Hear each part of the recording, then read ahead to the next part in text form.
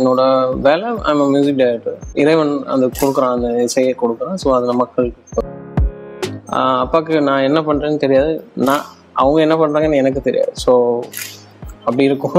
ஏன்னா அவங்களோட ஸ்கெடியூல் வேறு, ஏர்லி மார்னிங் கிளம்பி போயிடுவாங்க. எனக்கு இருக்கிற கமிட்மெண்ட்ஸுக்கு நான் டே டு டே போய் ஒரு ஷூட்டிங் ஸ்பாட்டில் உட்காந்து ஒரு படத்துக்கு என்னால் அவ்வளோ டைம் டெடிகேட் பண்ண முடியுமான்றது எனக்கு I was doubting myself. உலக மக்கள் அனைவரும் எல்லாருக்குமே அவங்களுக்கு music is a part of their life அப்படின்றது.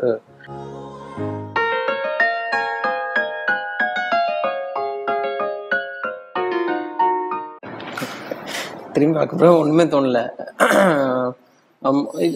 இட் இஸ் என்னை பொறுத்த வரைக்கும் அது ஒரு வேலை, என்னோட வேலை. I'm music director. ஸோ இறைவன் அந்த கொடுக்குறான், அந்த இசையை கொடுக்குறான். ஸோ அதை மக்களுக்கு கொடுக்குறேன், அவ்வளோதான். அது ஒரு வேலையாக தான் பார்த்தேன். I don't see it as an achievement because அது அப்படி பார்க்க ஆரம்பித்தா நமக்குள்ள எனக்குள்ள ஒரு கர்வம் ஒன்று வந்துடும். ஸோ அது வரக்கூடாது அப்படின்றதுக்காக நானே என்ன ஃபைட் பண்ணிக்கிறேன்.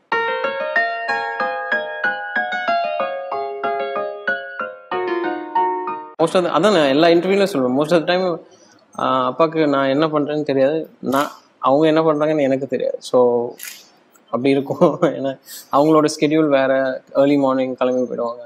என்னோட ஸ்கெடியூல் வேறு. ஸோ அப்படிதான் இருக்கும்.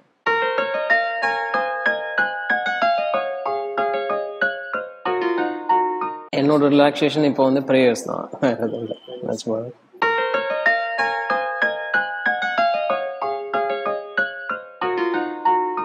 தேடல், செல்ஃப் ரியலைசேஷன்.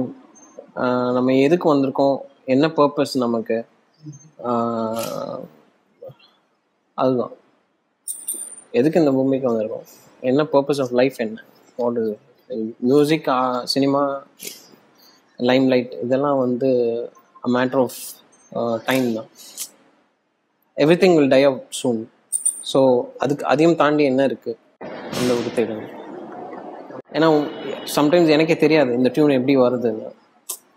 ஸோ அப்போ எங்கேருந்து வருது, எப்படி வருது, அந்த கொஸ்டின் நீங்கள் ஒன்ஸ் கொஸ்டின் கேட்க ஆரம்பித்தாலே அது உங்களுக்கு ஆன்மீகத்துக்குள்ள தான் கொண்டு போய்விடும்.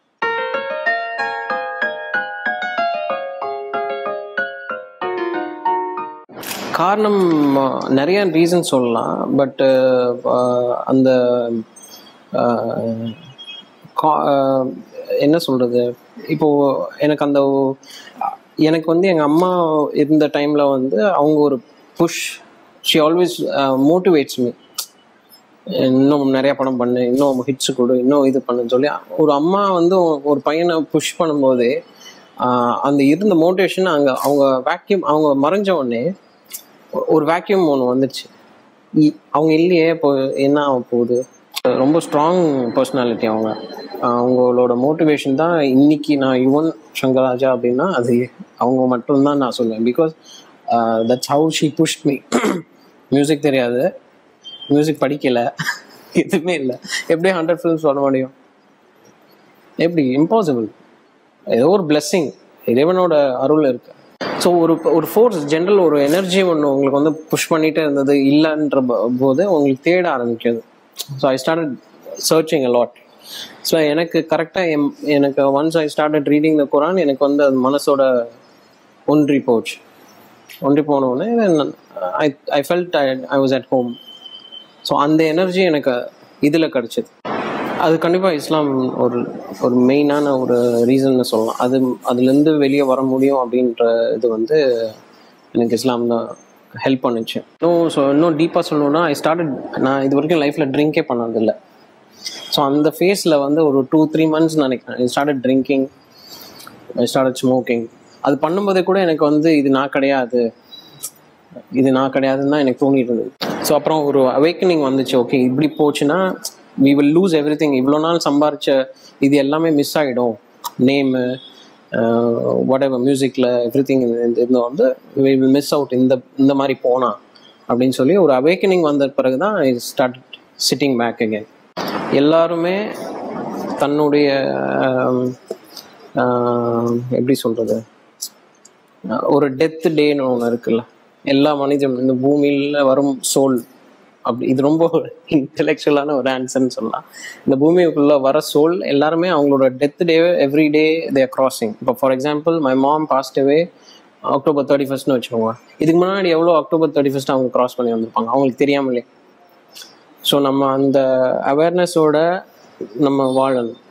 நம்ம அது அது எப்படி வாழணும்னா you should know, try to help as much as people you can. And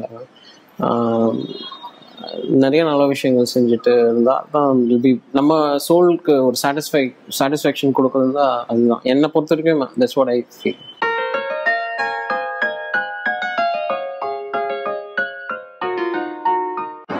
மாஷால்லா fine. ஸ்மூத்தாக போயிட்டுருக்கு. Everything is fine.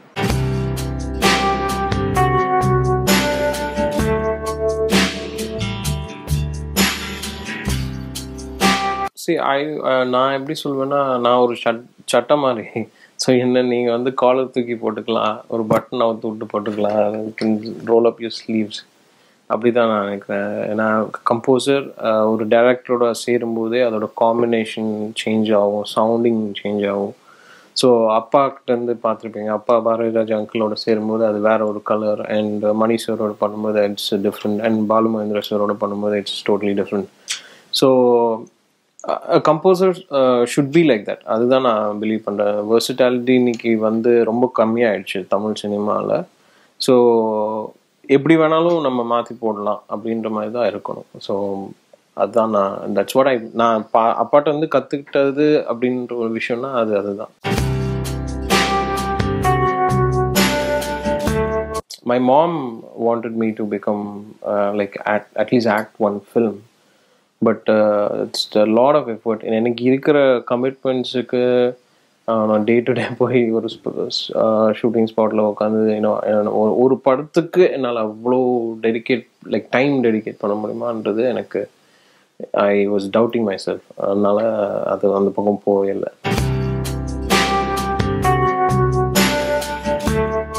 I think baby வந்து ஃபர்ஸ்ட் டைம் அப்பா அப்படின்னு கூப்பிடும்போது தான் அது லெட் யூ அப்படின்னு நிறைய பேர் சொன்னாங்க. ஸோ அது ஒரு இது. அண்ட் ஸோ அதான் I think everybody would have to இந்த ஃபேஸை க்ராஸ் பண்ணோம். இட்ஸ் ஒரு பியூட்டிஃபுல்லான ஒரு எக்ஸ்பீரியன்ஸ். பேர் நான் ஒய்ஃபை தான் செலக்ட் பண்ண சொன்னோம். ஸோ நான் என்னை பொறுத்த வரைக்கும் ஒரு மதருக்கு தான் முழு ரைட்ஸ் இருக்குதுன்னு நான் நம்புகிறேன். பிகாஸ் அவங்க தான் 9 months பெற்று இது பண்ணுறாங்க. So like it means light. Zia அப்படின்னா இட் மீன்ஸ் லைட்.